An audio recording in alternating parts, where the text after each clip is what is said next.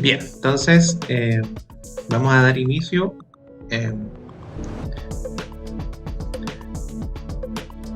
a nuestra tercera y última jornada, por lo menos del año 2022, del proyecto de extensión Infancia, Educación y Agonía del Mundo, reflexiones sobre las posibilidades de enseñar y aprender a vivir juntas y juntos. O sea, un poco la motivación de esto, la idea de hemos realizado actividades que han propendido a generar perspectivas de análisis interdisciplinario, considerando diversas perspectivas en torno a la reflexión y análisis de temáticas obviamente relevantes para el quehacer existencial, educativo y social, y que, bueno, permitan ampliar el capital de comprensión en torno a las implicancias, en este caso de la infancia, eh, con la educación y, por supuesto, su relación con otros espacios de discusión del acontecer actual. En este contexto, se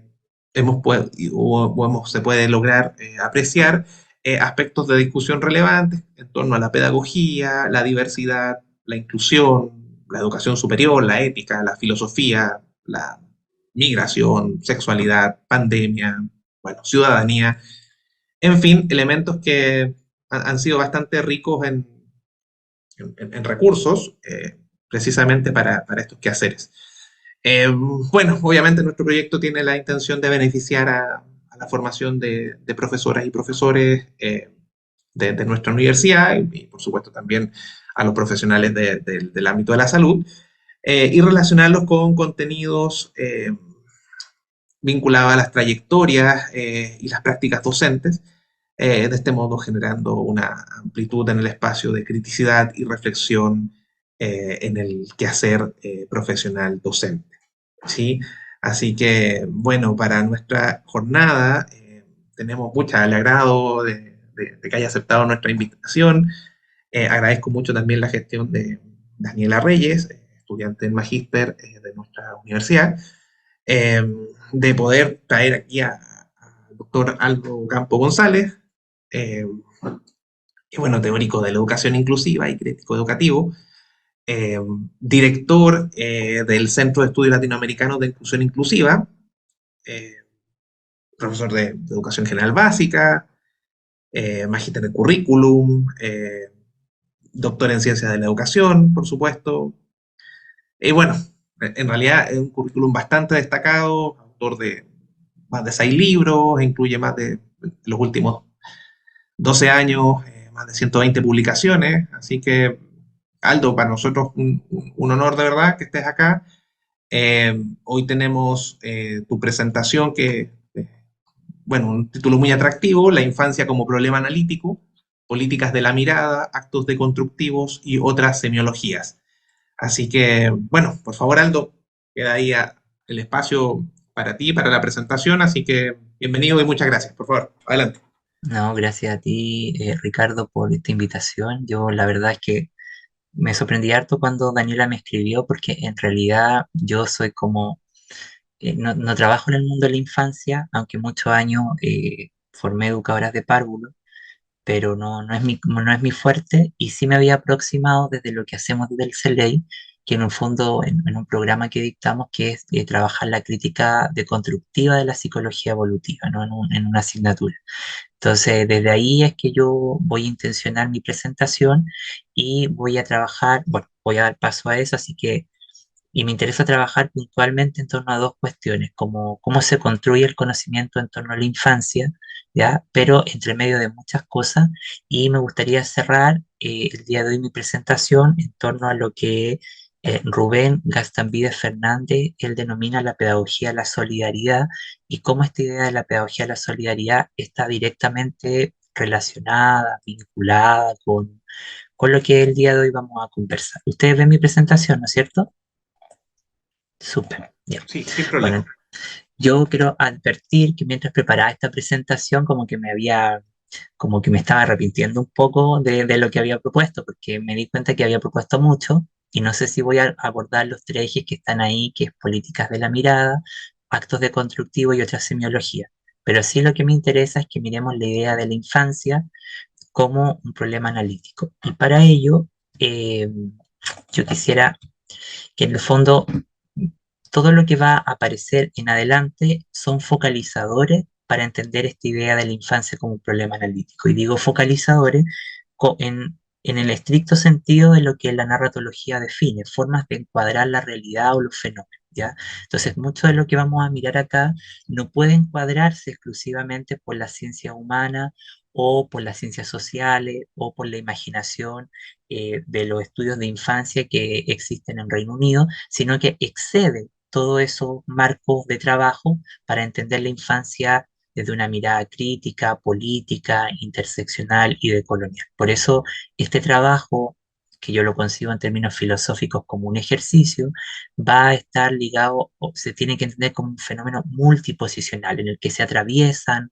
cruzan y deambulan múltiples discusiones que por más extrañas que parezcan, van enriqueciendo este objeto de trabajo llamado la infancia, ¿no? Que va a ser una categoría que no es fácilmente definible en ningún marco de conocimiento conocido, sino que más bien lo tensionaliza. Bueno, en esta diapositiva quise presentar a los tres grandes autores con los que voy a dialogar en esta presentación. En primera instancia aparece Rubén Castambide Fernández, un académico residente hace bastantes décadas en Canadá, profesor del Instituto de Educación de la Universidad de Ontario, y quien es de origen de puertorriqueño, y me gusta mucho su obra porque él problematiza la idea de la solidaridad en términos creativos, relacionales y transitivos, ¿no? Como una apuesta política y disruptiva. Y luego en el centro aparece una de mis maestras intelectuales, que es Chela Sandoval, quien va a publicar a inicios del 2000 un libro que tuvo una gran acogida dentro del feminismo norteamericano, pero muy poco impacto en otros campos de las humanidades, que es su libro Metodología de oprimido, y que me parece que en este libro Chela Sandoval hace una reconstrucción en torno a la semiótica, en torno a la fuerza de la agencia política.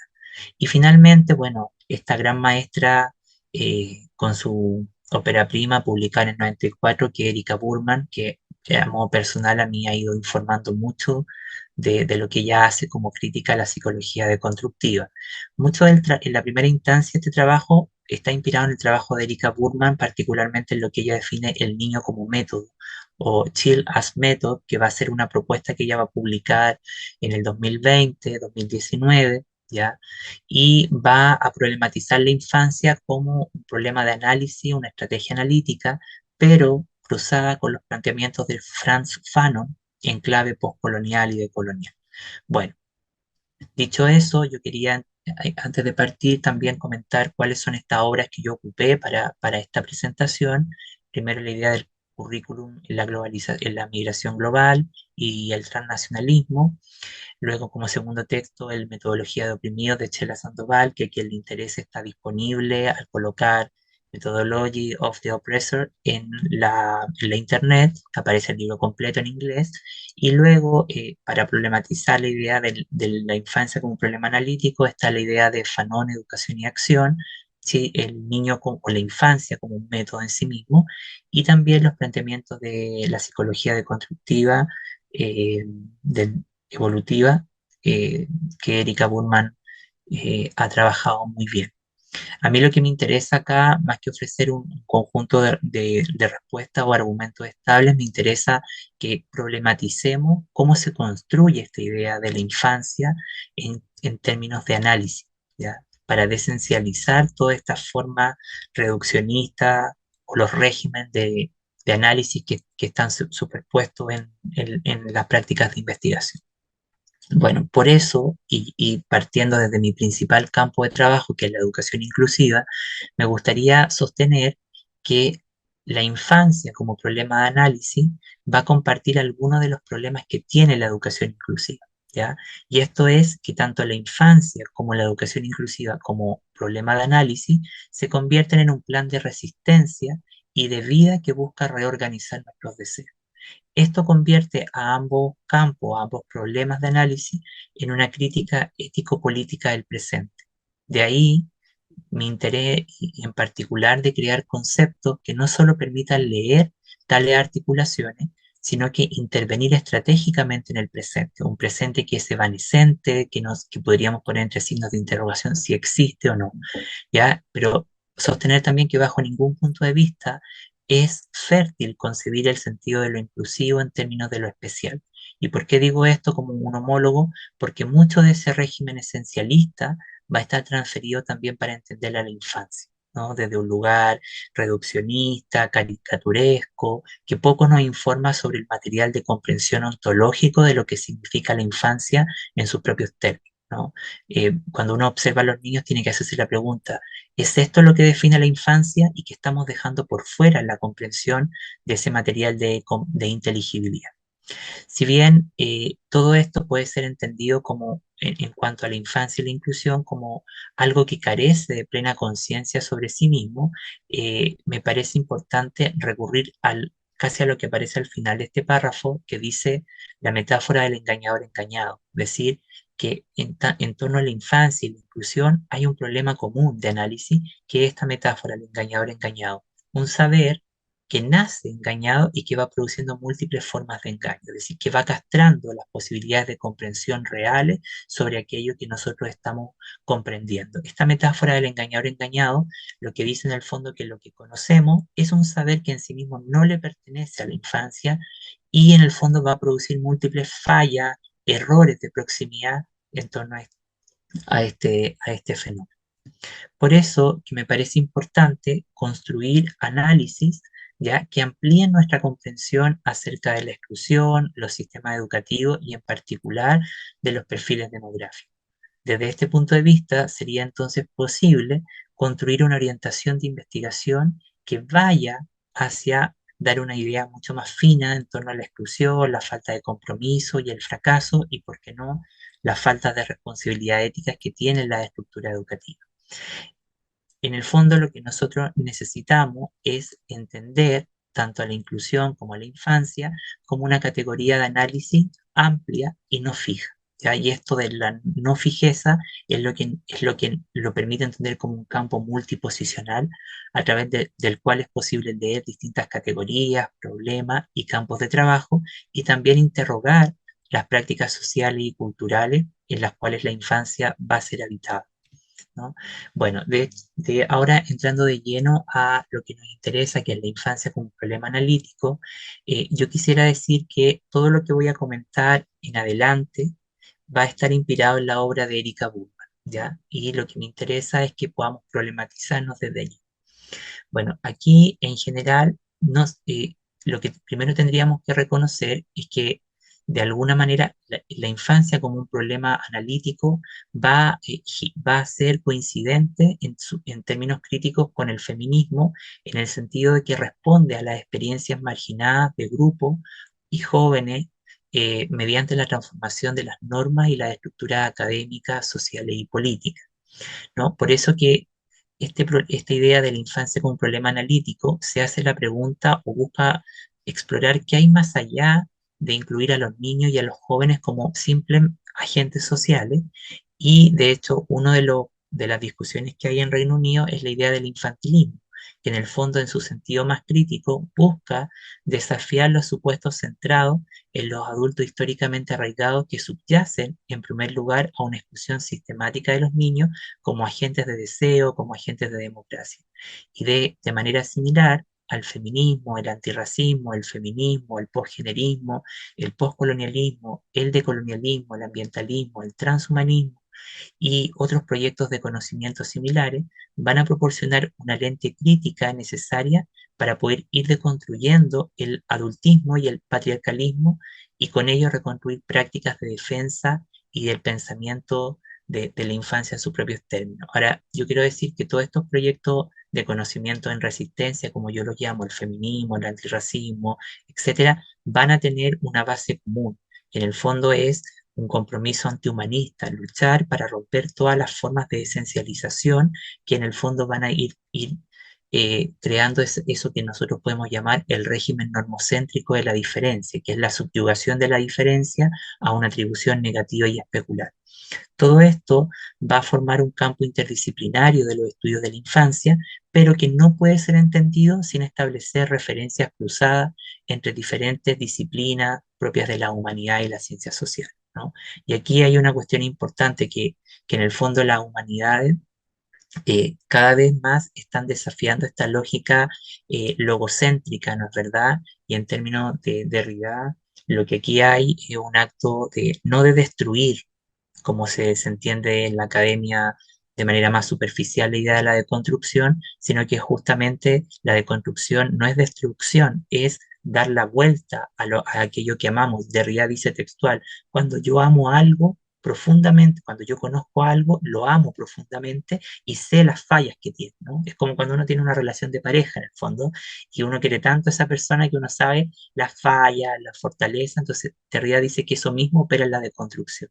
No es destrucción, sino que es darle la vuelta a aquello que conocemos para crear una edificación nueva, pero sin destruir lo anterior. En este sentido, Erika Burman sostiene que los nuevos enfoques de la teoría y la práctica ética, los derechos humanos, la justicia social, los estudios literarios, postestructuralistas y en particular los estudios bíblicos, han ido problematizando distintas relaciones con la infancia. En las ciencias sociales se ha aplicado en los estudios sobre la niñez, en la educación, en la ciudadanía política, ¿ya? Y en los estudios climáticos. Todos estos campos han problematizado de manera diametralmente diferente la idea de la infancia. De esta y otras maneras, los investigadores han comenzado a examinar las experiencias vividas por los niños, no solo como importantes por derecho propio, sino también como preguntas fundamentales sobre sistemas sociales más amplios. Esto nos lleva entonces a lo medular de la presentación, la infancia como un método. ¿Y qué nos dice Burman? Que la infancia como un método es un recurso clave para cuestionar los modelos de desarrollo de la infancia. Ojo, las narrativas que sustentan ciertas explicaciones psicológicas y que eminentemente van a estar a la base de esa explicación en la modernidad y la idea de progreso. Es también una propuesta reciente desarrollada por la investigadora británica Erika Burman, que trabaja en clave de poner la idea de la infancia como un método, pero tomando o parafraseando el trabajo de Quan Xin Chen, que él se hace en torno al libro Asia como un método, donde problematiza el desarrollo de la nación a través de distintos marcos de conocimiento. Entonces lo que hace Erika Burman es tomar esa premisa y es justamente analizar la idea de la infancia, pero a través de distintos marcos intelectuales. La idea que atraviesa la infancia como método, entonces, se presenta como una intervención relacionada que ayuda a explicar las formas en que el niño, dice ella, y el desarrollo están vinculados a través de trayectorias económicas, socioculturales e individuales. Y aquí se analiza entonces la relación con los enfoques socioculturales y cómo estos juntos pueden informar los debates sobre los estudios educativos en la infancia. Sostiene Burman, y ahí dejé vacante el paréntesis porque no está claro el año, si es 2021 o 2022, en que la noción de método, ya en este trabajo, escapa a una técnica normativa y más bien se ancla en torno a entender lo metodológico como una producción en sí misma, ¿no? Como algo que se inventa y se produce a sí mismo, ¿no? Y traza su propia forma de analizar el fenómeno. Y aclara que según lo que está informado por el feminismo y la descolonización, va a ser lo que a ella le va a interesar. Por eso se argumenta que el niño como método ofrece estrategias para resistir a la abstracción y permanecer atento a las fuerzas y relaciones de producción en cuanto este fenómeno habita dentro de relaciones adulto-niño o niño-estado y desarrollo. Y me parece que sobre todo en la última cadena de palabras, niño, estado, desarrollo, es lo que a ella le va a interesar, ¿no? Como romper esas formas heredadas por la psicología evolutiva que van justamente cosificando el material de comprensión de la propia infancia y también tiñendo o condicionando la idea del desarrollo como algo esencializador normativo, ¿sí? Por eso Erika Burman utiliza esta idea para considerar algunos debates actuales dentro de la teoría sociocultural.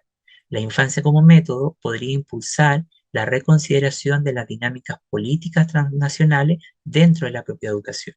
Y sostiene Burman y dice, la teoría sociocultural eh, ha sido identificada como un contendiente teórico clave para unir los estudios educativos, los estudios infantiles y psicológicos, en el sentido de ofrecer perspectivas conceptuales y políticas congruentes. ¿Ya? Sin embargo, a diferencia de las teorías postcolonial y postdesarrollista, ¿ya? Con sus debidas inflexiones deconstructivas, los enfoques socioculturales suelen estar comprometidos con un proyecto moderno o progresista, como yo ya señalaba, de formular otros tipos de prácticas psicológicas y educativas, ¿no? Que en el fondo van justamente siempre manteniendo el material de comprensión restringido. Por eso, una de las preocupaciones de Burman será promover un análisis en el que se comprenda a la infancia como un método en relación con los enfoques socioculturales como parte de un proyecto más amplio de cuestionamiento de geografías educativas propias de la modernidad, y ahí recordar que la modernidad no es solamente la producción universal de sujetos y de explicaciones, sino es la construcción de un complejo biopolítico y de homogenización, ¿ya? Y eso es lo que va a tener un impacto directo en nuestros días y el desarrollo que puede informar a los estudios internacionales sobre educación.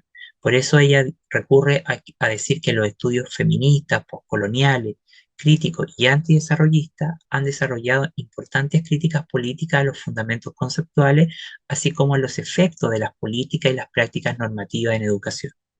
El niño como método se convierte entonces en una aplicación específica de la teoría postcolonial a los métodos, a los estudios educativos. Y aquí lo postcolonial no queda entendido como la transición de una fase histórica. Lo postcolonial bajo ningún término puede ser entendido en esa mirada.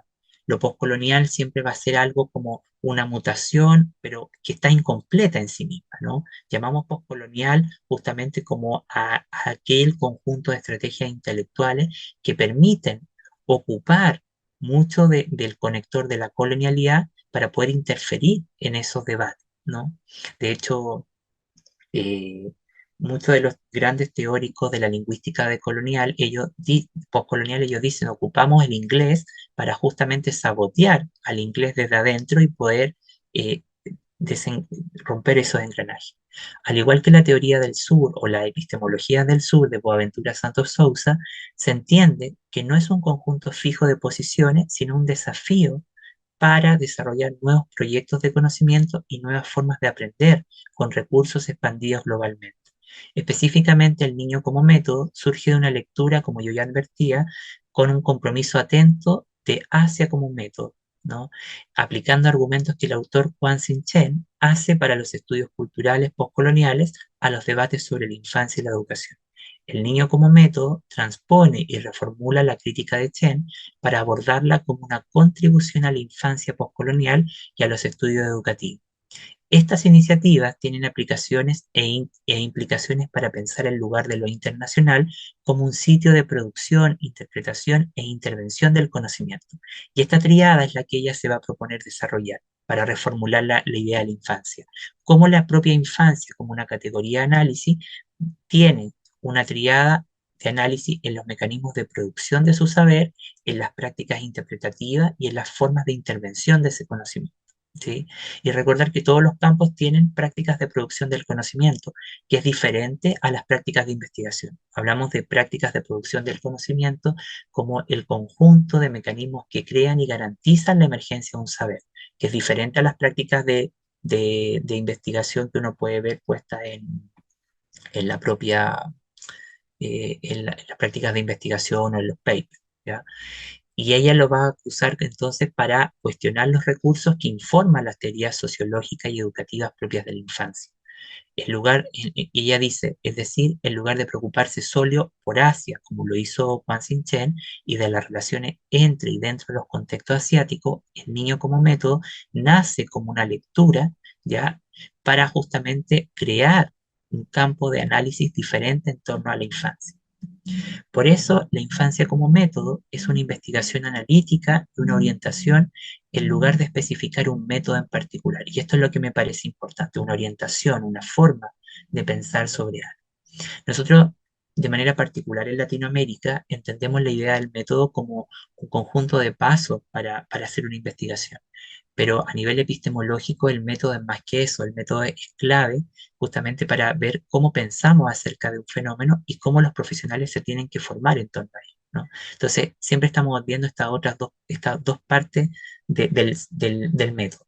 Sin embargo, lejos de que el método no sea una preocupación, el objeto es fomentar y proponer o poner en diálogo enfoques disciplinarios y de investigación diversos, innovadores y creativos para documentar cómo se entiende el niño, la infancia, los niños, donde el niño se entiende como una figura o un tropo y la infancia como una condición o categoría social y los niños y las entidades vivas y encarnadas que habitan estas posiciones y sus correspondientes prácticas institucionales en una variedad de arenas geopolíticas. Es importante, dice Burman, destacar que el proceso de documentación va más allá de la descripción para someter a un escrutinio crítico las prácticas ético-políticas que están incrustadas en la elaboración, interpretación y aplicación de la comprensión de la infancia. Por eso, la infancia como método se alía con otros enfoques activistas que entienden las prácticas de investigación como intervenciones políticas, ¿ya? Que conllevan responsabilidades y oportunidades para la solidaridad y la transformación. Si bien tales enfoques ya se discuten ampliamente en contextos de investigación educativa, como son lo postcolonial, lo decolonial, lo feminista, lo que destaca al niño como método o la infancia como método es la intersección necesaria entre la economía política de la infancia y la geopolítica. Y esto para ella va a ser fundamental en su pensamiento. ¿Ya? Estas dinámicas como van a implicar relaciones locales y globales que van a ir figurando como parte del proyecto postcolonial, antipatriarcal y anticapitalista, en el que los niños figuran como algo más que tropos políticos o netamente teóricos. Por eso el enfoque adoptado aquí se alinea con iniciativas equivalentes en psicología crítica, donde los roles políticos otorgados a los modelos y teorías psicológicas, así como a las prácticas, han sido objeto de escrutinio crítico, específicamente desde los debates postcoloniales. Debates similares se están teniendo dentro de la sociología de la educación, tanto para repensar cómo podemos abordar los legados del conocimiento occidental en la construcción de modos y de prácticas globalizadas. Desde los estudios educativos de la primera infancia, Taylor considera esta pregunta en relación con la construcción cultural de las comprensiones de la infancia y la naturaleza, y dice ahí la naturaleza de la infancia, que en el fondo no es otra cosa que una preocupación por el material ontológico, que define a la infancia en sus propios términos, ¿no? Y qué es la investigación, qué es lo que castra. En relación con la sociología de la educación, varios investigadores han reflexionado sobre el significado de las experiencias coloniales, ya el caso de Bourdieu en Argelia, ¿no es verdad? Y también todo lo que tiene que ver con agudizar un compromiso reflexivo entre distintos niveles de análisis estructural, relacional, político, etc. Un segundo recurso que va a estar presente en el niño como método es la idea de Mesadra en torno a la frontera como un método, que ahí también aparece desarrollado en Sandro Mesarda, aparece esta idea, y que es entendida como una intervención de estudios de la geografía y del desarrollo central en la migración y en el trabajo que también hace referencia explícita a esta idea que inspira a Burman de Asia como un método, en el cual se analizan las relaciones complejas y los impactos mutuos entre formas aparentemente diversas de trabajo y producción que ocurren en todo el mundo. Al centrarse en la figura del migrante, los autores, Mesadra, eh, pretenden profundizar el análisis marxista de las formas actuales del despojo y la explotación que van más allá del neoliberalismo y la globalización. En particular, recomponen los debates de soberanía, ciudadanía, para atender a lo que llaman multiplicación o formas de espacios de habitabilidad no reconocidos, así como las recientes divisiones del trabajo. En consecuencia, sus análisis aportan al trabajo intelectual todo lo que tienen que ver con distintas implicaciones de orden estructural, relacional y político. Eso es lo que ella va a tomar de estos autores. Y lo más importante es justamente pensar la idea de el proyecto de la infancia como un método desde un punto de vista transdisciplinario e interdisciplinario, ¿sí? Lo que ella denomina por fuera de las disciplinas convencionales, ¿no? Ella ya no va a estar interesada en los debates ortodoxos o convencionales de la psicología, ¿sí? Sino le va a interesar estudiar cómo se construye esta idea de la infancia en distintos marcos referenciales y ella llama un espacio multiposicional de análisis en el cual no puede acontecer si no hay condiciones de traducción, cosas que se pierden, deambulan, cambian. ¿sí? Correlativamente, la atención aquí está centrada en las condiciones culturales, históricas y materiales en que están implicadas en la formulación de teorías y modelos de la niñez que pueden verse como un ejemplo, ¿ya? De una estrategia postcolonial que sitúa lo local en relación con condiciones globales, materiales y culturales más amplias. A pesar de esta interpretación, de esta interpelación como presupuesto de objeto de intervención y manipulación dentro de las políticas nacionales e internacionales, el niño, la infancia, la niña funciona aquí como una herramienta analítica más que como una unidad de base para una teoría del desarrollo del niño. ¿Es esto un sitio de tensión que va a estar forjado a partir del encuentro material de la mirada sociopolítica sobre el niño y el Estado? Al igual que Asia como método, ella dice el trabajo que hace la preposición como, ¿ya? Después de niño, ya sea como analogía o asociación, debe señalarse que incluye al niño o a la infancia como una variedad de proyectos políticos que van a estar implicados en la referencia a niño en lugar de niño, ¿no? O al lugar de el niño, primero rompe con el debate sexogenérico y lo sitúa como un problema, un objeto referencial, pero también es importante porque el niño ha sido sujeto prototípico y abstracto en la psicología occidental y hegemónica del desarrollo, que no es meramente singular, sino que también es un artefacto fabricado por prácticas metodológicas alineantes y desocializantes, dice ella. Por eso, para cerrar esta parte, el niño como método es la atención al afecto y a la subjetividad que va a estar implicado. Esto refleja otras críticas de colonial y postcoloniales que surgen en particular del relato de Fanon sobre el insulto psíquico y la alienación generados por la opresión racista, junto a las deconstrucciones feministas del binomio pasión-razón como parte del repertorio de los maestros o las herramientas del maestro, como dice Audelord, ¿no? Que en el fondo, ahí me parece que hay un guiño importante en el trabajo de Lorde y que Nikita Dawar, que trabaja con Angela Davis y con Gayatri Spivak, ella dice muy claramente, dice que el problema es mucho más profundo. Muchas de las categorías que informan el pensamiento crítico están atrapadas o forman parte de los mismos problemas que denunciamos. Entonces, ¿cómo podemos salir de esas problemáticas? En el fondo es una camisa de once varas que me parece importante si queremos avanzar hacia un estado de constructivo o transformar la forma, las prácticas imaginativas, la forma en que entendemos los fenómenos, tenemos que partir entendiendo eso, ¿no? Y dice, bueno, que todos estos proyectos pasan por alto en general las subjetividades individuales y político-culturales de la población mundial, específicamente de los niños, los jóvenes y todo aquello que está construido al margen de la historia. Por eso que la pregunta para hablar de la infancia es, ¿qué define el material de comprensión ontológico de la infancia? Es decir, ¿qué nos permite hablar de la infancia en sus propios términos? Otras opresiones claves son tanto producidas como oscurecidas por el registro del desarrollo. Por lo tanto, en el tercer lugar, el discurso del crecimiento que fluye de las asociaciones semióticas del niño con la naturaleza, así como del capital, invita a la reevaluación de estas formas de lo que se entiende al niño como algo producido por el propio desarrollo, con estadios, como lo conocemos.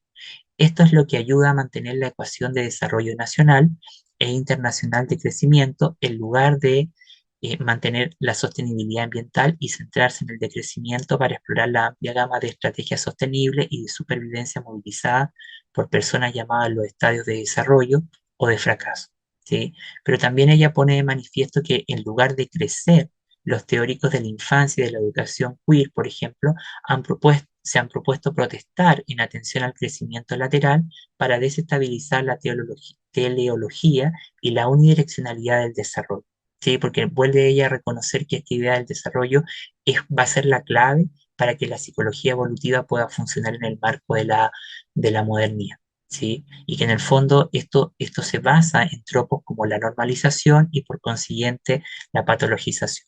Por eso el niño como método, por lo tanto, se basa y constela las discusiones postcoloniales y decoloniales para enfocarlas y se podría decir, en relación con las formas en que éstas influyen y son influenciadas por configuraciones de los niños, la infancia y el mundo, y formula un conjunto de problemas y agendas, pero que están más allá de los estudios de la infancia. ¿Sí? Que en el fondo van a situarse en un proyecto político interdisciplinario, transdisciplinario, eh, que en el fondo enriquece esta comprensión. ¿sí? El niño como método no es una metateoría ni especifica un diseño de investigación en particular. Más bien es una investigación analítica que promueve indagaciones postcoloniales, sensibles e innovadoras para, sobre y con los niños. En dichos estudios, por lo tanto, influyen en el estudio de los artefactos culturales sobre y de la infancia y específicamente relevante, ella dice en su artículo, en torno a las teorías y las prácticas educativas transnacionales. ¿No? Y entonces ella trata de explicar la idea de la infancia como una sensibilidad postcolonial que agudiza, amplía debate en torno a las comprensiones socioculturales en las cuales esto se va construyendo. Esto me lo voy a saltar porque yo creo que ya estamos en el tiempo y en el fondo lo que a ella le va a interesar, como estrategia de análisis interesar, es entender que el niño como esto no es una filosofía de la ciencia en estricto sentido, sino que más bien es un marco y una herramienta narrativa de análisis que va a informar todas sus preocupaciones de análisis. Por eso que dice que en el fondo lo que a ella le interesa justamente es enriquecer ya esto desde diversos puntos de vista y ponerlo en diálogo con los debates decoloniales, porque entiende justamente que la idea de la infancia desde el punto de vista decolonial aparece como una figura de análisis incompleta, carente de sentido y no entendida en sus propios términos. Por eso ella dice literal, mi método aquí está asociado con compromisos epistemológicos y metodológicos más amplios extraídos de la teoría feminista y postcolonial, de modo que los análisis de Chen, en los cuales ella se inspira, pueden entenderse como construidos sobre argumentos de Mohanty, Chandra Mohanty, esta autora que pasó a la historia del feminismo por publicar Bajo los ojos de Occidente, ¿no es verdad? Que es una profesora que vive en Norteamérica y que es de origen indio, ¿ya? Y que en el fondo lo que hace, ella se inspira en Mohanty para ofrecer o usar una pedagogía comparativa que en torno a los estudios feministas. Porque hay una cosa interesante en el feminismo, que es la desencialización de las figuras de la otredad. Y eso es lo que a ella le va a interesar, al invitar a una exploración de la interacción de dos discursos hegemónicos, como ella reconoce, que es el discurso del niño, la infancia, y del desarrollo. El proyecto no se convierte en una lectura deductiva de uno en otro como un reflejo del otro, sino porque lo que a ella le interesa justamente es ofrecer una crítica a estas formas de pensar al niño y al desarrollo, ¿sí? Más bien su interés radica en explorar otras perspectivas que emergen cuando leemos los tropos de niño como método, Asia como método o frontera como método. ¿Qué otras ideas, recursos de análisis van proliferando que permiten contrarrestar justamente estas perspectivas esencializadoras, reduccionistas, etcétera? Por lo tanto, toma al niño como un punto nodal en un conjunto de prácticas, relaciones sociales, arreglos institucionales, y lo dice, ella lo dice claramente, como una forma de leer las prácticas políticas y culturales y las prácticas académicas.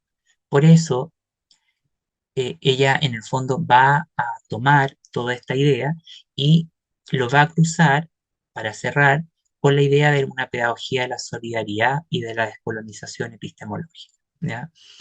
Pero para entender la pedagogía de la solidaridad, en diálogo con esto que yo decía, es necesario reconocer que el capitalismo neoliberal global, y ahí aquí yo quiero hacer una advertencia, yo no estoy tan de acuerdo que hoy día haya un neoliberalismo, creo que hay una cuestión más rara que eso, que no es ni neo ni liberal, hay una mutación. Y también romper con esa idea de que el capitalismo es una cosa externa a nosotros. Nosotros somos el capitalismo, vivimos en el capitalismo, amamos el capitalismo. Por más que nos declaremos en contra, jugamos ese juego permanentemente, ¿no? Entonces, para reconocer esta perspectiva del capitalismo neoliberal global y el colapso económico, es necesario reconocer la extracción de recursos y la degradación ambiental, la invasión militar y el expansionismo. Todas estas cosas están aumentando la dominación colonial y el sufrimiento humano en todo el planeta. Y me parece que esto era importante mencionarlo por todo lo que este ciclo llama la agonía, ¿no? Pero yo me imaginaba la agonía en términos de MOVE, como algo que está permanentemente ahí punzando, ¿no? Por eso las rearticulaciones en el movimiento lo que buscan es desocupar y producir nuevas alianzas diaspóricas y formas de solidaridad económica que apunten a las posibilidades emergentes para reclamar y redefinir las relaciones humanas.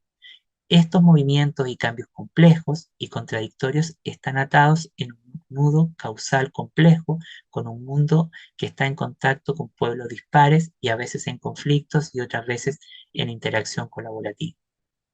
Todo esto lleva a reconocer que el desplazamiento, el movimiento, la violencia, así como los nuevos modos de entrar en contacto con los demás, se caracterizan, justamente esto es lo que caracteriza la relacionalidad en el mundo actual. ¿Sí? En este contexto nos enfrentamos tanto al desafío como a la oportunidad de repensar activamente los modos de interacción humana y reformular la diferencia que marca la diferencia y en el fondo pensar la diferencia por fuera del cosmopolitismo que define la política de la diferencia actual. Por eso, una pedagogía de la solidaridad asume que la supremacía blanca y el orden heteropatriarcal refuerzan violentamente los modos coloniales de relacionalidad humana, fabricando posiciones de sujeto a través de régimen discursivo amparado en el género, la raza, la clase, la sexualidad y la capacidad, entre otros, que se encuentran entrelazados. A medida que más y más personas entran en contacto, estas posiciones de sujeto se imponen en gran medida, aunque a veces se cuestionen a través de los múltiples encuentros con lo humano, lo que termina haciéndonos ver es la presencia de un marcador definitivo del complejo mundo y social que habitamos. Por eso los educadores están llamados a desempeñar un papel central en la construcción de condiciones para un tipo diferente de encuentro, un encuentro que se opone a la colonización cognitiva, subjetiva, mental, imaginativa en curso y que busca curar los estragos sociales, culturales y espirituales de la historia colonial. Este llamado, dice Gastambide Fernández, implica abandonar las lógicas tradicionales de escolarización formal que han definido los proyectos educativos en los últimos 2 siglos. También requiere ir más allá de las cansadas concepciones propias de la autonomía individual y de la conciencia racional. Estas concepciones reconstituyen al individuo como el lugar de cambio social y en la última instancia se basan en la misma concepción del conocimiento y del ser humano y del hombre, que en el fondo se ha dicho de paso, lo humano, hombre y humanidad son invenciones coloniales al igual que el lenguaje, ¿no? Y así por lo menos lo va a explicar Silvia Winter, esta destacada profesora caribeña que va a ser profesora de literatura en la Universidad de Cambridge y Oxford, ¿no? Y ella tiene un texto que la volvió famosa que se llama La invención del ser humano, ¿sí? Después de 1492. Por eso la idea de razón en sus múltiples y contradictorias manifestaciones hasta ahora no ha logrado generar un modo ético de ser que pueda contrarrestar satisfactoriamente las fuerzas de la colonización. En este sentido, los desafíos en mente que tenemos acá ofrecen una visión de la pedagogía de la solidaridad que pueda comenzar a señalar nuevas posibilidades para una educación comprometida con la descolonización y una praxis antiopresiva.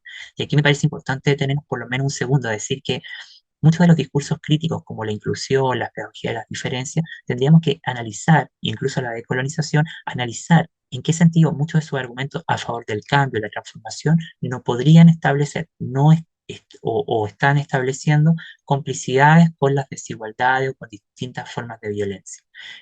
Cuando hablamos de una práctica antiopresiva, ese es como el primer ámbito de análisis. Si bien la solidaridad a menudo se evoca en el contexto de proyectos políticos que están comprometidos con la descolonización, también provoca un sano escepticismo como un concepto que puede movilizarse para oscurecer las dinámicas mismas de la colonización que preparan el escenario para las relaciones solidarias y a veces se reproducen a través de su genealogía como un concepto que evolucionó a partir de una construcción europeizada y que ignora en gran medida múltiples formas del humano. Esto nos lleva entonces a reconocer que en el mismo prefijo multi las implicancias existen límites discretos pero claros y duraderos entre cada cultura y aquella cultura o la otra que son tanto conceptuales como empíricamente sostenibles, dice, ¿no? Entonces, lo que aquí va a problematizarse en torno a esta idea de la pedagogía de la solidaridad es que todos estos argumentos convierten a la diversidad en una mercancía para ser comercializada y vendida por el Estado como por las corporaciones. Para lograr esto, el multiculturalismo impone concepciones anticuadas de cultura que requieren que los individuos adopten identificaciones estrechamente esencializadas que tienen consecuencias políticas significativas y a menudo de carácter negacionista. En otras palabras, el multiculturalismo exige identidades culturales que funcionan desplazando efectivamente los determinantes político-económicos de las identidades socioculturales en cuestión hacia significaciones esencialmente raciales y étnicas. ¿Ya? Esto se manifiesta en torno a cómo se utiliza el término para abordar el problema de la diferencia cultural en diferentes contextos y instituciones, en particular escuelas, bibliotecas, museos, hasta festivales callejeros y centros comunitarios. Por eso, la idea de los enfoques multiculturales críticos reconocen que la escuela es en sí misma un lugar para la producción de las diferencias y no simplemente un punto de recepción, donde múltiples culturas se ponen en contacto. Sin embargo, a pesar de este importante cambio de desempeño epistemológico, dentro de tales alternativas existe el concepto de diversidad que continúa operando como una palabra sustitutiva de la forma en que los sistemas gubernamentales abordan los problemas que subyacen a lo más profundo del socios, la raza, la clase, el género y su expresión en el mundo, atravesado por una desigualdad fundamental que la escuela produce su propia organización de conocimiento y digamos un conocimiento bastante limitado en torno a la diversidad. Por esto la solidaridad es quizás uno de los términos más utilizados dentro de la erudición y la academia, así como de la retórica de la mayoría de los movimientos sociales, ya sean políticos, educativos, ya culturales o de cualquier otro tipo. También es uno de los conceptos más utilizados, como eh, Sally Short lo va a decir, y mal utilizado como también se señala, donde la solidaridad comparte el mismo destino que otros conceptos dentro de la terminología ética y política, a saber, del no ser, definido de manera vinculante y, en consecuencia del ser, utilizado de manera muy diferente, a veces y contradictoria. Y aquí la idea de no ser es una categoría propia del pensamiento de Fanon, que también en Derrida aparece como no existente. Y el ser también es una categoría de Fanon, ¿ya? Y en Derrida se llama el existente. ¿Y qué quiere decir esto? El no ser es la zona multiposicional e interseccional donde se agudizan las violencias, las formas de empobrecimiento existencial, la deshumanización. Es lo que son los territorios propios de la colonización, ¿ya? Pero y los remanentes que esto tiene. Entonces, cuando nosotros hablamos de prácticas de solidaridad, prácticas de exclusión, tenemos que analizar las condiciones, cómo se construye el no ser, o en Spivak, el no ser viene a ser el subalterno, aquello que está incompleto, ¿sí? Pero el no ser o el no existente es una zona interseccional, inconmensurable, de permanente empobrecimiento existencial, ¿ya? Bueno, por eso la solidaridad se moviliza, ya a menudo es como una forma conveniente de expresar ciertos ideales políticos, pero sin ninguna preocupación por articular qué se entiende exactamente por solidaridad. Y lo mismo pasa con la infancia, a menudo confundiendo con múltiples significados. Esto es cierto, ya que el término se utiliza dentro o contra el marco político social heredado a través de la colonización europea. De hecho, la solidaridad descolonizadora se moviliza en torno dentro de si las historias y las complejidades de cómo el término ha evolucionado desde su etimología latina a través de otros idiomas coloniales, ¿no? Por lo tanto, una pedagogía de la solidaridad está articulado o articula un compromiso incondicional con objetivos antirracistas y descolonizadores. En cambio, la solidaridad de la pedagogía se dirige hacia la relacional y destaca el proceso por el cual somos hechos por otros a través de la diferencia. La pedagogía tiene lugar en un encuentro entre sujetos que también se hacen en, a través del encuentro como sujeto, ¿no? Por lo tanto, la pedagogía depende de un giro hacia la ética, ¿ya? Que promulga la violencia que acompaña la constitución misma de subjetividad. Y aquí dice Gastón Vídeo Fernández que tal giro ético en la pedagogía subraya la imprevisibilidad del encuentro y la coerción inherente a los procesos de aprender a devenir. Por esto, y con esto ya voy a cerrar, si todas las concepciones de solidaridad implican una relación y la pedagogía es siempre relacional, entonces podría parecer demasiado redundante llamar relacional a la pedagogía de la solidaridad, porque en su centro, en el propio hecho pedagógico, es un acto relacional, ¿sí? Entonces esto es lo que define el hecho educativo. Al hablar de pedagogía de la solidaridad es reconocer un oxímoron, que es en el fondo es relacional en su propia naturaleza, ¿no? Y a diferencia de otras formas de solidaridad que parecen sustituir la naturaleza de una relación, ya sea familiar o comunal, podemos reconocer que hay una concepción más abstracta de solidaridad reflexiva para rescatar el compromiso deliberado. Y esto implica pensar la pedagogía de la solidaridad como algo relacional, es en primer lugar reconocer el ser como copresencia, tomando deliberativamente como punto de partida entre los sujetos individuales que no se relacionan, pero que están intrínsecamente unidos, sino que se hacen sujetos en y a través de las relaciones. Es lo que Rossi Braidotti llama las relaciones propias del materialismo subjetivo. Existimos a través del otro, y eso es lo que es la base de las ontologías relacionales, y esto también está presente en la premisa zapatista que dice construir un mundo donde quepan muchos otros mundos, ¿no? Por eso, bueno, eso es lo que yo tenía preparado para el día de hoy. No los quiero aburrir más con esto que estaba hablando y espero, bueno, que alguna de estas ideas puedan haber dejado algunas preguntas, algunos cuestionamientos. Y yo lo voy a dejar hasta acá. Muchísimas gracias a todos y todas. Perfecto. Bueno, Aldo, muchísimas gracias por la presentación. Sí, yo creo que más que amerita al menos una ronda de preguntas, así que por favor, micrófono abierto para poder dialogar, conversar en torno bueno, no solo a la temática de la infancia, sino que hay muchas como ramas o aperturas que se pueden generar a partir de esto. Por favor, no sé si alguien quisiera. Hola, ¿me escuchan? Sí, Yanaki, por favor. Perfecto. Bueno, muchas gracias, Aldo. Sumamente interesante tu exposición, me encantó. Yo vengo de la disciplina de la psicología y bueno, andamos por ahí en la decolonización y la deconstrucción.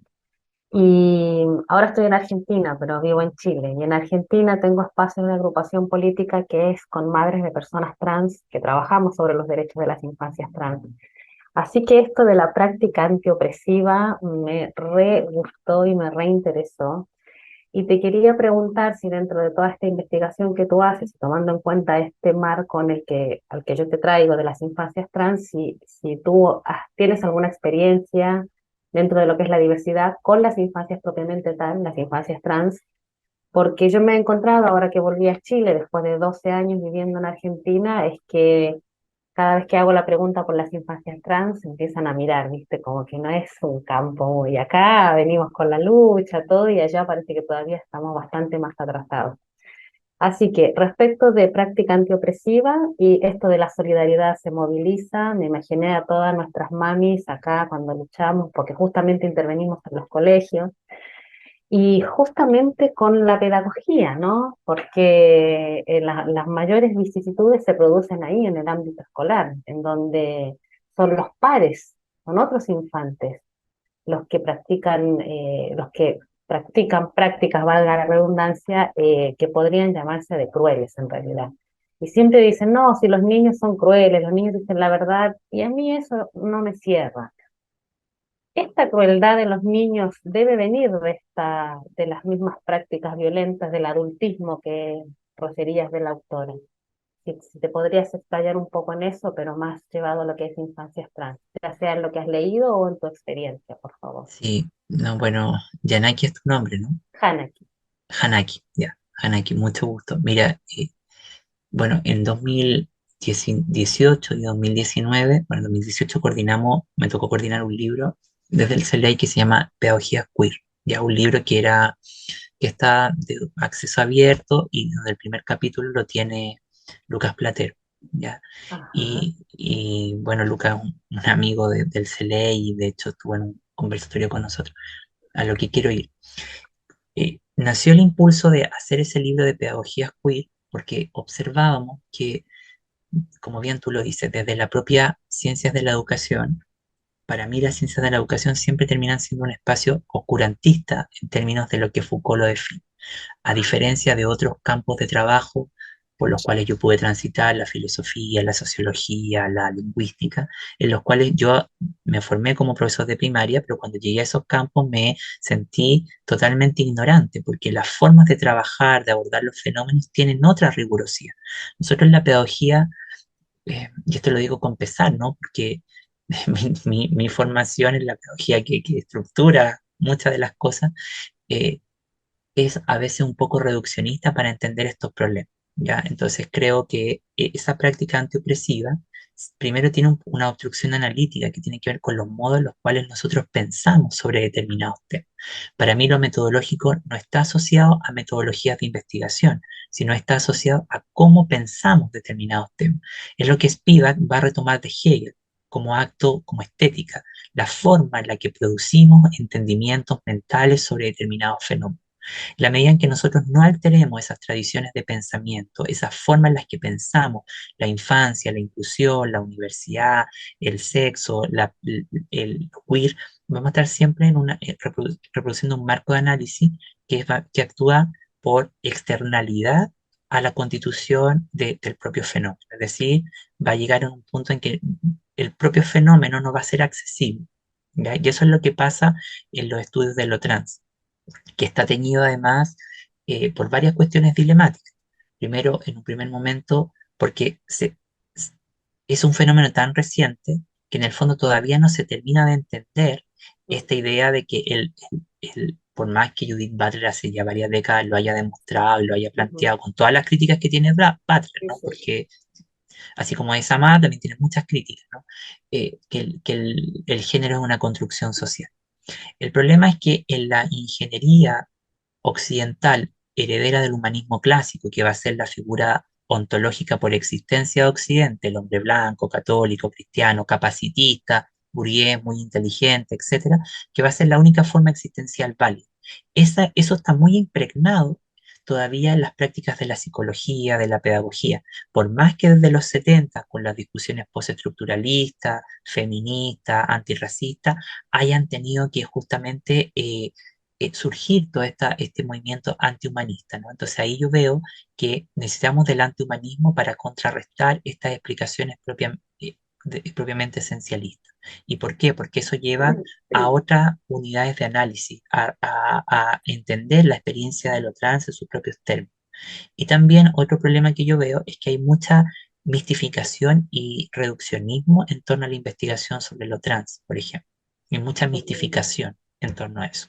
Entonces, y el sistema educativo trabaja en torno a esa mistificación, ¿no? Porque si yo te hago una pregunta, los niños que tienen una apariencia más femenina han estado siempre en la escuela, y las niñas que tienen una apariencia corporal, corpo política más masculina han estado siempre en la escuela. Este tema no es nuevo, pero Ujú. hay un problema de aproximación al material de comprensión. Entonces, y todo eso está atravesado por toda esa cuestión que yo te digo del humanismo clásico, que vuelve a poner todo en términos esencialistas, biologicistas, que es lo que va retrotrayendo esto. Entonces, me parece a mí que yo coincido contigo que eso de la crueldad es parte de las prácticas de relacionamiento que los adultos van transfiriendo a los niños, ¿no? Y recordar que en la primera infancia el carácter y la forma en que nos relacionamos, por más que el carácter diga la psicología tiene un componente biológico, se adquiere casi como por una cuestión inconsciente. Entonces, mucho del carácter que uno tiene también lo hereda de sus padres, ¿no?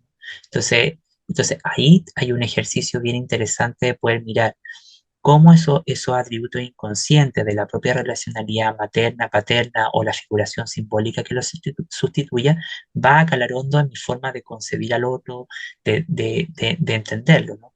Eh, y, y yo no sé si la investigación o el sistema educativo hoy día está dando luces significativas en torno al tema que tú problematizas. Yo veo que hay más bien eh, mucha mistificación en torno a eso, más que una comprensión más globalizada que permita dar una política de acogida, una poética de esperanza.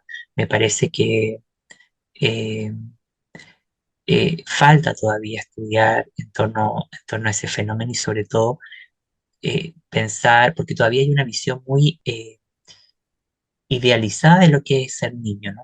Entonces hoy día, por ejemplo, en la escuela, yo siempre cuando me toca ir a una escuela y hablar con los colegas, siempre yo les digo, sí, estos son niños, pero con hábitos de adultos. Entonces, ¿cuál es la pregunta que hoy día nos tenemos? Es decir, ¿qué define la infancia trans? Ujú. Y ahí haces la pregunta por vía negativa, ¿no? como ejercicio filosófico, ¿qué es en el fondo lo que define el ser trans? ¿Qué distancia toma de la infancia normalizada que conocemos? Y ujú, yo te aseguro que vamos a encontrar muchos más puntos de conexión. El problema es que para nosotros es inconcebible ver una mujer con pene y un hombre con vagina. Entonces, en la medida en que no erradiquemos eso de nuestros hábitos mentales y ujú, todo lo que lleva a eso detrás, porque tú lo sabes, hay toda una práctica bien perversa desde no el mundo de lo trans, sino desde aquellos que reciben eso. Ahí me parece que está el oscurantismo real. ujú. De hecho, conversábamos, por ejemplo, antes de la pandemia, en un seminario de posgrado que yo di en la Universidad de La Plata, justamente con una colega de trabajo social me decía, de profesora de trabajo social me decía, aquí vinieron las trabas, dijo ella textual, y se pusieron a hablar. Pero yo le dije, ¿y tú? Y hablaron de cómo es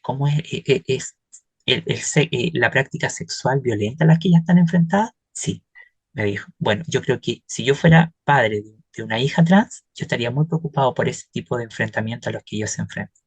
Que es más violento que te griten algo en la calle, por ejemplo, porque ahí hay unas cosas que son, que desde la pedagogía del cuidado nosotros tenemos que trabajar. Entonces, eso por lo menos a mí me puedo responder. Capacito que ni te respondí nada a lo que tú me decías, pero eso es lo que yo estoy en condiciones de aportar. Bueno, no, está bien, está muy bien. Como tú dices, es un tema muy nuevo, es un emergente y así como emergente de lucha, también tenemos el contra, la contraagrupación de lucha, que es la agrupación Con mis hijos no te metas, que son justamente los que hablan de este tema de la ideología de género. O sea que está difícil el panorama.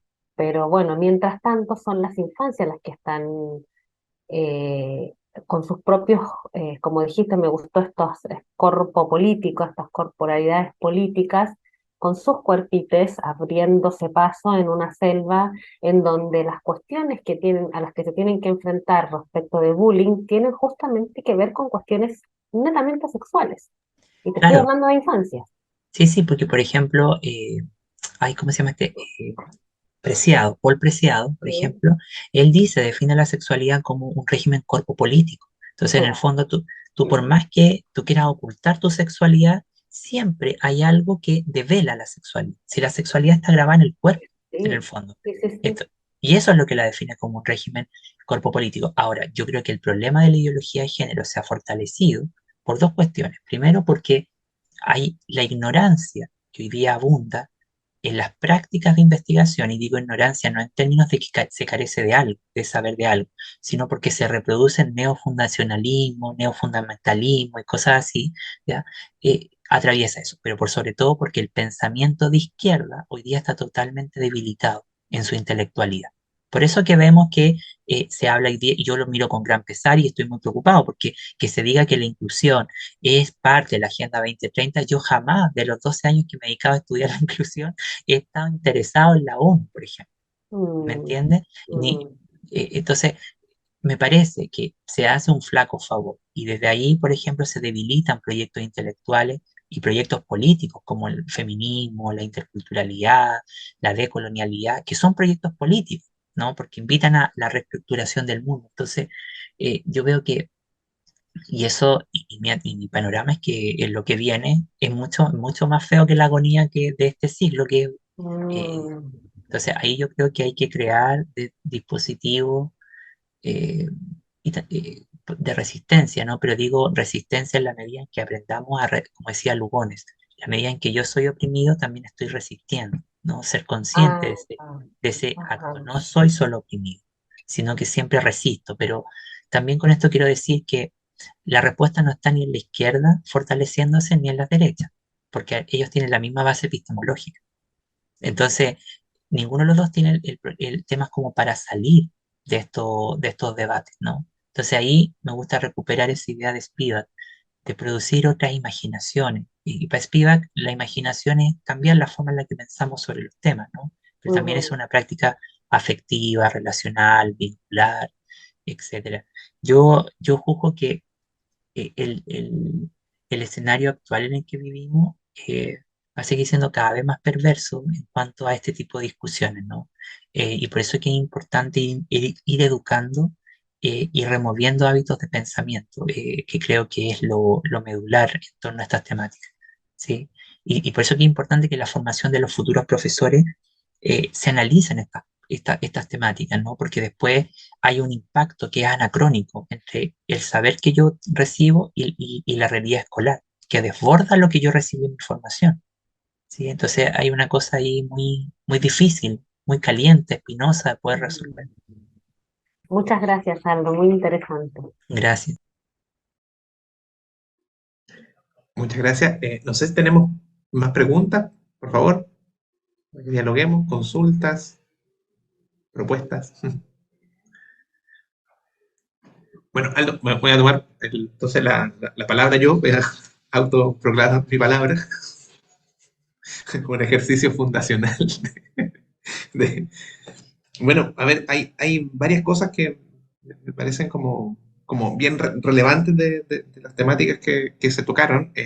Yo creo que esta noción que ponías ahí del Abau, de, de la tradición, bueno, podríamos decir en general, pero que quizás pone un punto de partida la cuestión heideggeriana de la destrucción de la metafísica claro, y que en cierto modo pareciera que eh, la destrucción como concepto que pareciera que precisamente se queda en una superficie y en una reproducción finalmente ideológica de otras categorías, de otros valores, eh, todavía parece como imponerse en el ámbito de la crítica.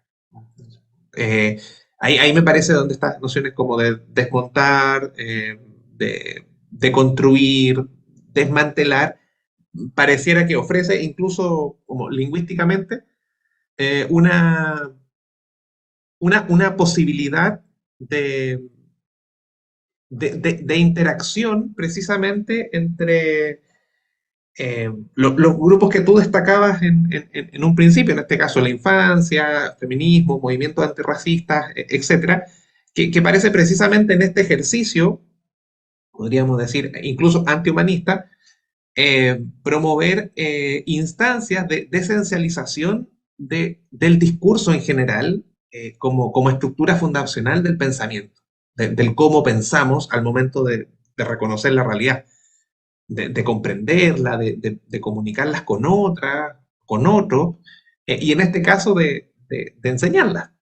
Ahí está esa relación, ahí está esa trayectoria, por eso que me parece tan relevante, o sea, el cómo pensamos finalmente se enseña, se aprende, se adquiere como un método, como un método válido de apropiación del mundo y de reconocimiento con otros y con otros, más hegemónicamente válido. Entonces, siempre hay un principio aquí de jerarquización en el saber y en los procedimientos educativos y en las praxis educativas.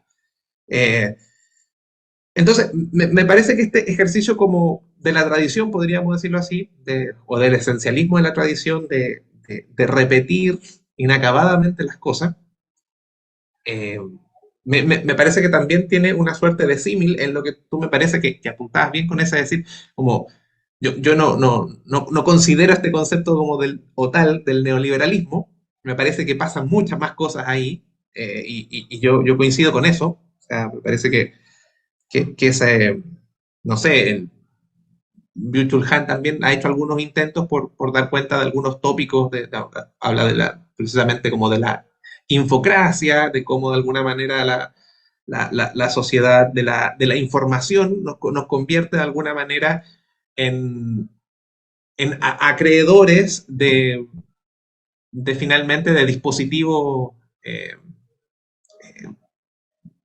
remotos, por decirlo así. Entonces, eh, que de alguna manera obviamente problematizan ese espacio también del saber y del comprender.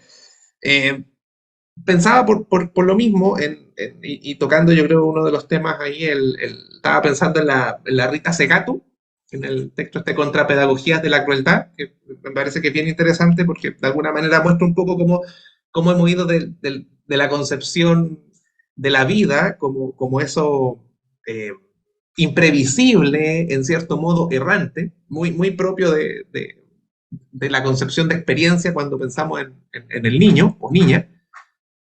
Eh, Parece, Aldo, estás... Perdón, No, estoy acá. sí, sí, ahí sí. Claro, ese tránsito como de esta vida entendida como lo imprevisible, al paso hasta a la cuestión de lo mensurable, de lo obsolescente, del consumo. Y que en cierto modo ya pone como ejemplo que precisamente pone la ejemplificación de la explotación sexual de las mujeres precisamente para dar cuenta de cómo la cosificación del cuerpo hoy en día aparece como como una muestra de una mercancía a la que estamos acostumbrados, en cierto sentido. Y que de alguna manera uno ve que pareciera que lo que se denomina la diferencia, las disidencias, en este gran espacio de transformación de todo a lo mismo, de, va de alguna manera también diluyendo las resistencias. Entonces, a mí una de las cosas que me preocupa es, en cierto modo, por una parte, la complacencia y la comodidad a la que hemos llegado, en cierto modo, eh, pero cómo pensar, o sea, de alguna manera, o repensar precisamente los espacios de resistencia, que me parece que muchas veces también tienden a ser cuestionados, marginados de espacios de reconocimiento válido, pensando también en los ámbitos incluso académicos o Claro. universitarios, donde de alguna manera está como el imperio del saber. Eh, y en ese O sentido se, o se tiene la arrogancia de que está el imperio ahí. exacto, exacto. Entonces, ahí me parece que hay ciertas voces que quedan como de alguna manera, uno podría decir, como esos murmullos que quedan, ¿no? Por decirlo así, lo que no es la voz oficial quedaría como en la línea del murmullo, como ese murmullo se podría hacer tan incesante, en cierto sentido, que de alguna manera pueda constituirse en una forma de pensamiento. Entonces, eh, tú igual diste algunas pistas, yo entiendo, por esta cuestión de entender como lo interdisciplinar, pero fuera de la polis, por decirlo así. Pero en cierto sentido son como esas preocupaciones que van quedando de cómo generar eh, erosiones en este sistema que pareciera que nos devora a todos y a todas. Mm, Mira, yo creo que en la reflexión que tú haces, Ricardo, eh, hay varias cosas importantes. Yo creo que si lo miramos en términos postcoloniales, como dice tú y Wyatt Schmidt, hablar a la inversa, o hablar de vuelta o de atrás para adelante, yo creo que hay un imperio cognitivo, pero es que mm, cada vez está más debilitado, ¿ya? Pero se ve fuerte. Es como las monarquías que se ven como con la pompa, pero en el fondo están sumamente débiles, ¿ya? En el fondo, ¿por qué digo esto? Porque hay un imperio cognitivo que parece robusto, fuerte, pero cuando tú estás dentro de ese imperio te das cuenta que es súper frágil. Es decir, y uno lo puede examinar, es decir, ¿cuáles son las tradiciones de pensamiento que sustentan ese imperio? Ya llevémoslo al caso nuestro de la pedagogía. mm, No son fácilmente identificables porque no hay muchas corrientes de pensamiento en la pedagogía. En Latinoamérica, Paulo Freire, para contar, ¿no? ¿Cuáles son esos hábitos mentales que se reproducen? ¿Ya? Entonces ahí uno mira y dice, bueno, pero yo siempre analizo esto y con la gente más cercana, ¿no? Porque uno también va, para ir justamente viendo esas prácticas de resistencia, uno tiene que superar la romantización y el radicalismo. O sea, a mí no me interesa eso de que el resistir, yo estoy aquí con los chiquillos en la calle. No, no, no, mm, esa es una forma, pero después cuando lo digo cuando ya tú vas progresando en tus objetos de análisis, tú vas entendiendo que la resistencia no es una cosa romantizada, sino que la resistencia tiene que ver con encontrar interlocutores válidos, que es casi como el texto de Kafka de la literatura menor, que en el fondo es dentro de este espacio mayoritario ir formando un espacio contraargumentativo desde adentro para ir justamente moviendo ese conjunto de significados. Es lo que Spivak llama un sabotaje afirmativo. Me meto dentro del sistema y desde dentro voy calando, voy moviendo, voy haciéndolo. Entonces, por lo menos para mí, es muy importante tener un conjunto de interlocutores válidos, ¿ya? Eh, Creo que ¿por qué el imperio cognitivo se ve fuerte? Porque tiene una ingeniería que lo avala, pero las prácticas de esa ingeniería son súper frágiles. Círculos de reproducción epistémico, es decir, cómo todo el mundo va a mirar lo mismo en los objetos, ¿no? O sea, lo que yo hago, por ejemplo, la inclusión, ¿cómo todo el mundo va a entender que eso es similar a la educación especial? Yo siempre me hago esa pregunta, ¿cómo nos vamos a ver más cosas en torno a eso que van a estar implicadas? Y eso es un acto que está precedido, está mediado y condicionado por las tradiciones de pensamiento que se sancionan. ¿Me entiendes?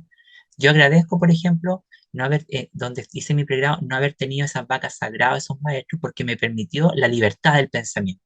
Aunque eso cuando he sido estudiante me ha justamente generado más de algún problema, ¿no? Sin embargo, agradezco eso porque creo que el acto de ese imperio cognitivo es justamente encontrar eh, las propias libertades del pensamiento. Ahora, yo creo que también hay una práctica muy desde lo lingüístico, muy vanagloriada también para hablar de las opresiones, desde la resistencia, desde el activismo. Hoy día todo el mundo es activista y yo me pregunto, ¿y qué están activando? ¿Cuál es el agente de la activación que están llevando? ¿Cuál es la resistencia? ¿Cuál es lo que están derribando? ¿No? A mí me encanta la teoría, pero no porque sea más sencillo, porque yo desde que me formé entiendo que la teoría es un vector de pensamiento, y si la teoría no es tan clara con las categorías, la práctica es parasitaria. ¿Me entiendes? Pero también me he opuesto férreamente a eso de que la praxis, porque sí, ese intuicionismo me parece que también hace mal, ¿no? Entonces, yo creo que a veces hay como ideas un poco desviadas, pero lo bueno que tienen esas ideas es que por lo menos están posicionando debates que son importantes, que estamos algo movilizados, ¿no? Entonces, pero sí me parece que hay una idea muy romántica en torno a ciertas luchas, que en el fondo a veces es una discursividad, un cambio retórico, pero no un cambio sintáctico en el orden de los productos relacionales, culturales, prácticos de la realidad. A mí me interesa, mi preocupación, por eso digo, siempre hablo desde mi lugar, ¿ya? Es justamente que ciertas ideas, cómo pueden ir alterando, ¿no? Y digo alterando, no creando un orden alternativo, porque lo que hoy día consideramos alternativo es casi hegemónico. Es como cuando a mí, no sé, gente me dice, hoy puse a mi hijo en un colegio Montessori, y yo digo, y es súper alternativo, y yo digo, pero eso casi funciona igual, casi que una escuela común hoy día, pues, porque muchas de las cosas están transferidas. Lo interesante es ver aquí lo alternativo, es decir, qué es lo que cambia el orden de los productos para generar un espacio otro, ¿no? Eh, entonces yo, bueno, eso pienso y pienso que la pedagogía hoy día necesita ponerse en sintonía o autoexaminarse, ¿no? Para ver qué tradiciones de pensamiento habría que traducir, qué cosas habría que poner en diálogo, eh, pero lo más difícil siempre va a ser el aparataje institucional, ¿no? Porque ahí hay un atrapamiento duro también. Mm, Y eso puedo aportar, Francisco, a lo que tú crees, pero para mí es importante la operación que Lugones plantea. En la medida en que soy oprimido, estoy resistiendo, pero el oprimido no es que hay como lo decía el marxismo puro, un grupo dominante que me quiere oprimir, ¿no? En el no materialismo subjetivo, nos oprimimos entre nosotros y la opresión deja de ser algo aplastante y viene a ser como freno al autodesarrollo que experimentamos las personas, ¿no? Así lo definía Jung, por ejemplo, desde el feminismo político, ¿no? Que me gusta esa idea, porque uno lo puede ver directamente en la sala de clase, es decir, cómo lo que yo enseño puede frenar los desempeños mentales, existenciales de mis estudiantes, por ejemplo, ¿no? mm, Eso. sí. Y no, gracias Aldo, bien, bueno, muy interesante, yo creo que bien potente varias cosas y a mí me parece que interpelan también los quehaceres permanentemente, o sea, yo creo que eso es te agradezco en ese sentido como la presentación y Oye, la ¿me intro. permites decir algo que me Sí, por acordé? supuesto. Mira, yo, por favor, no se va a enojar con esto, es una crítica que yo, un argumento que quiero decir. Yo creo que a veces nuestro trabajo, como, no sé si nos podríamos llamar académicos, pero del trabajo desde la academia, a veces está más teñido desde ego, de estatus, de cosas, y nos olvidamos del compromiso que la academia tiene con el mundo. Es decir, hoy día tenemos que recuperar ese sentido de interpelación de la sociedad, no desde la interpelación parasitaria, sino que para mover entendimiento. Entonces yo creo Mm, que a veces estamos más perdidos en que somos, somos doctores, las publicaciones, ya, eso es importante, es parte del oficio. Pero cuando uno entiende que esto es una pega, como cualquier otra, y que lo mayoritario es mover o pulsar, interrogar los desarrollos de la sociedad, es que yo creo que el sentido académico se materializa, ¿no? mm, Porque si no, por eso la gente siempre nos cuestiona, cuando nos dicen, no, esto hablan entre ellos. Entonces, yo creo que ahí hay una cosa ético-política que tenemos que rescatar. El mm, cuestionar a lo de la sociedad, ser agente no solamente de denuncia, sino que ocupar esto que investigamos justamente para el desarrollo de la sociedad en términos importantes. Sí. sí, de todas maneras. Sí, de todas maneras. No sé si quienes están conectados quisieran hacer alguna pregunta, algún comentario. Así que, bueno, vamos a ir cerrando alto entonces. No sé si quieres algunas palabras al cierre, como decían. No, yo nada más que agradecerle, espero que esto que presenté haya servido de algo y agradecerle a Ricardo por la invitación a participar de este ciclo. Así que muchísimas gracias por este espacio. Bien. Bueno, muchísimas gracias, Aldo, nuevamente.